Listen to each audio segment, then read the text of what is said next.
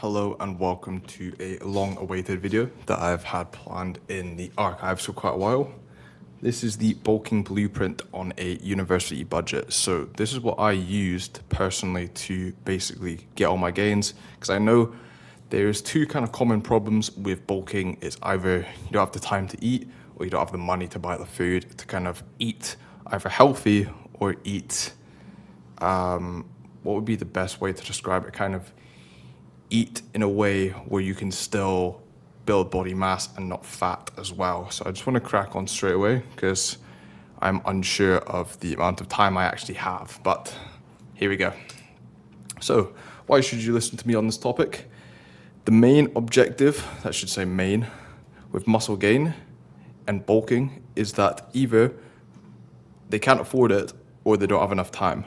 So in this video, I'll be taking out two birds with one stone as a year 3 university student. Again, my time is now very limited, and also the money, I mean, obviously I do the coaching, which does provide a decent income.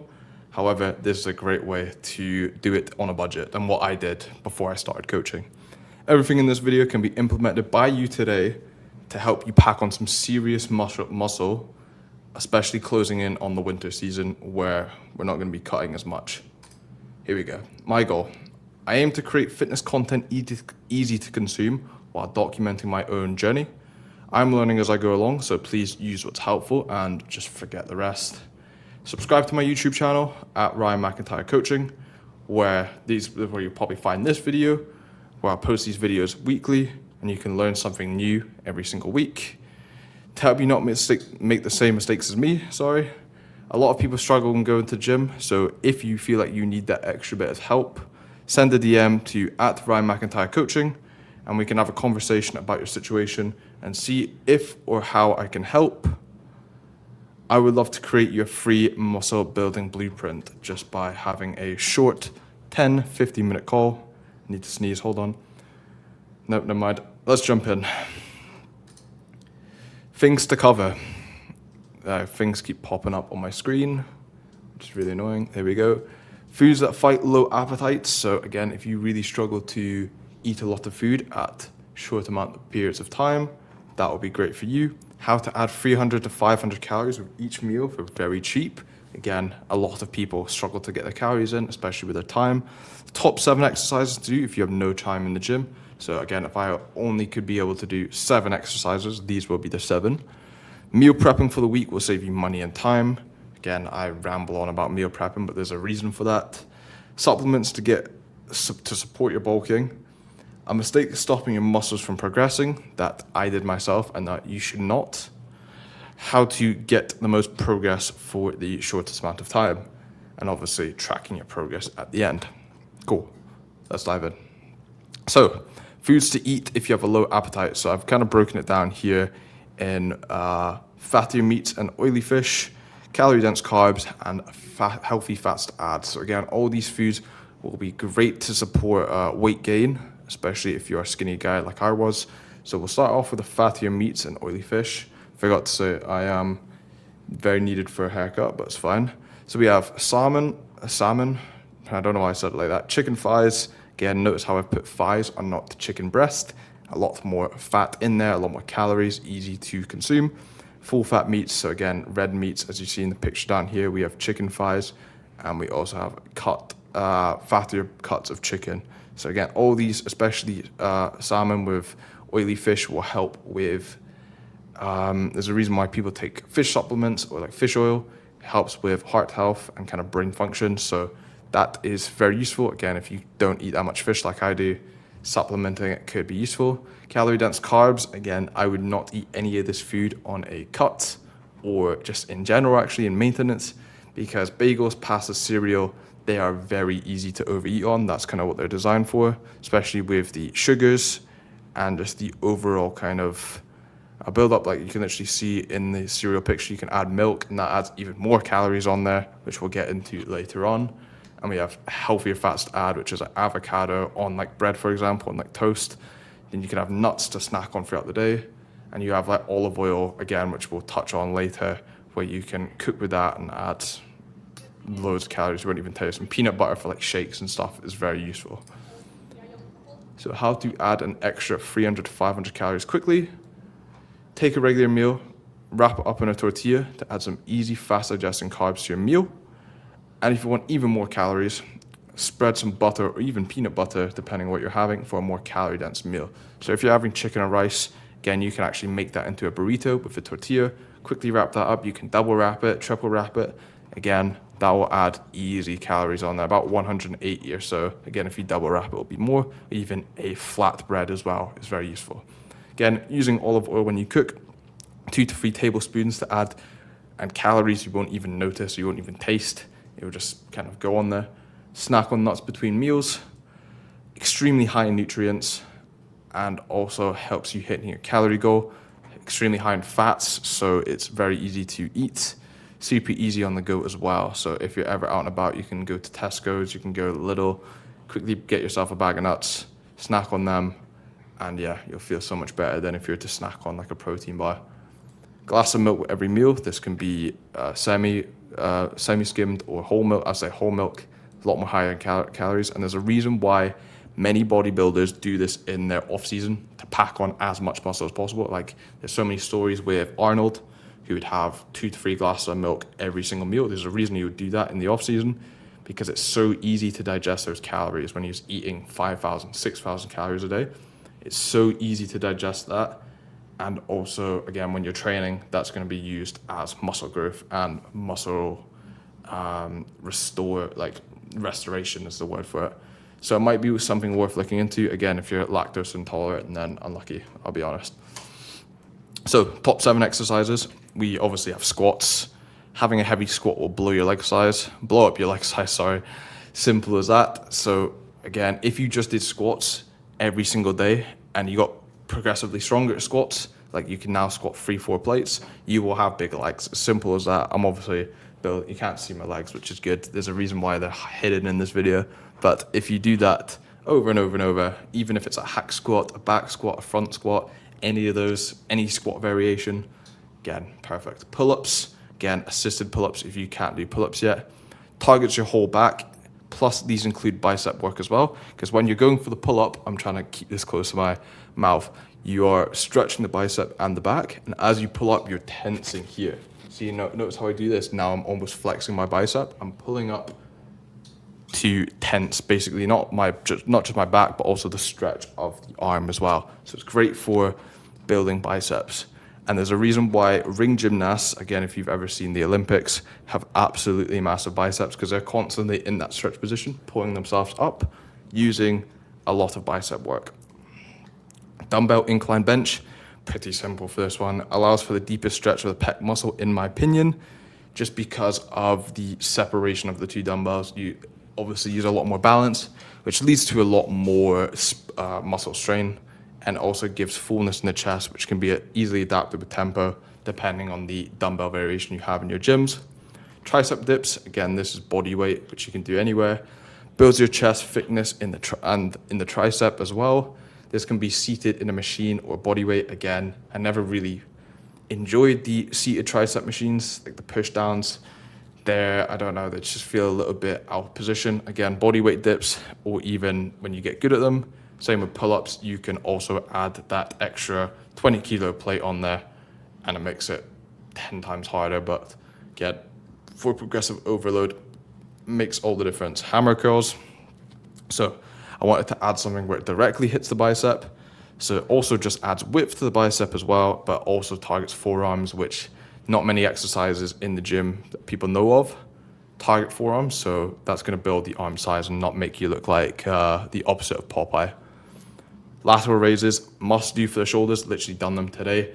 And it gives you that kind of wide look. Even in the jumper, you can kind of see, if I was to sit up a little bit, you can kind of just see like the depth in my shoulders, and it allows your waist to look smaller as well. So obviously, with your upper body looking bigger, your waist is going to look smaller, and that's just going to have that kind of triangular, upside down triangle, kind of like Dorito physique, which a lot of people, especially a lot of skinny guys like me, were after. So cable row to build thickness in the back finally. As pull-ups have already targeted the width, we just want to kind of get that extremely strong looking back. Other than that, those are the 7 I would pick. again, there's obviously more isolation work you can do, like maybe a couple of exercises you can interpret. But if you just had a plan where you hit all of these 2-3 times a week, you would get so many good results. It's unexplainable. So meal prep, again, like I said earlier, I talk about this all the time, but if you can find a spare hour or two in a week, that will be a game changer for your health and muscle mass, because you'll have high protein in every single meal of your meal prep, and also you know exactly what the calories are every time you make it. I'm not a nutritionist, so in terms of what to meal prep with recipes, etc., etc., I'm probably not the right guy to go to. Again, I am the type of guy that will make chicken and rice and could eat it 5-6 times a week in a row, because I'm not bothered about the taste of my food. I just know it's fuel. Like, I could eat the same meal over and over if I know it's beneficial to me. Again, I will switch it up every now and then, but Instagram, Reels, YouTube Shorts, TikTok, they have thousands of recipes you can find easy, especially if you've got a blender, if you've got an air fryer, if you've got this or that. It makes it a lot easier to make these. Again, some of them can be done in half an hour. Some of them can be done in 2-3 hours, depending on the quality of your meal or like how well you want it to taste, especially in health-wise as well. So invest in meal prep boxes, where you can find on any website like Amazon. If you have the money, try a meal prep service to elevate your results. Again, I have been thinking about doing this now that I want to take the hour of when I'm cooking to use that to focus more on my coaching. I think it's going to be more beneficial. Again, it is expensive, but it means you're not having to cook every single time. You're eating different meals every day, and yeah, could be a good something to look into anyway, especially with how popular they're getting. Supplements you should be using. So obviously protein powder, especially for bulking. I could even add mass gainer into this. Again, I've never really been a big fan of mass gainer, but again, try it for yourself. It's basically protein powder, but with extra kind of carbs in there, with just other ways. But protein powder, easy 22 grams of protein mixed with milk, yogurt, fruit, peanut butter, etc. for an easy bulking shake to drink your calories in one go. This was a game changer for me. I would make a fruit smoothie where I'd have raspberries, blueberries, a lot of whole milk, like 300 milliliters of whole milk, dash some peanut butter in there for extra calories, and it was the easiest shake ever. And you could just down that in one go. It could be like 800, 900 calories in one shake, and that would be a game changer for bulking. Creatine allows your muscles to hold more water, produce more energy for your workouts to complete those extra reps. And this also helps with recovery by building bigger muscles faster. Again, at home, I've got about 2-3 different types of creatine. Like I've got liquidized creatine, there's creatine monohydrate, just every single different type of one. I would go for creatine monohydrate, obviously. Again, I'm not an expert on it, but also pre-workout. Again, I don't take pre-workout, but some sort of caffeine boost for longer days where you need that extra boost, lack of sleep, long days at work, or looking to get a personal record could definitely be very beneficial towards your goals. Do not make this mistake, stopping at 12 reps just because your plan said so. Now, again, I always put in 12 reps in my clients' plans. However, I'm going to explain it right now. When I give my clients a plan, I give them 3 sets of different exercises. Well, each exercise will have 3 sets with 3 different rep ranges. So that might sound a bit confusing. Let me explain. Forcing them to match the weight and the reps depending on difficulty. So let's say I have 3 sets of 12, which is the bad version. I would give them 3 sets of 10 to 12, 8 to 10, 6 to 8. Notice how those are rep ranges. So the first set will be the lightest, 10 to 12. We'll up the weight slightly by maybe 2.3 kg or 5 pounds. So a little bit of kg. So the smallest little increment up, 8 to 10. And again, we're looking to fail here. Again, if we can get 10 to 12, ideal, then that means we'll have to up it again, like even more, and then up it again to hit 6 to 8 for the final set. This not only helps you train with more intensity, but also allows for progressive overload because of this structure. Again, you don't even need a coach. If you implemented this, then you would naturally progressive overload yourself.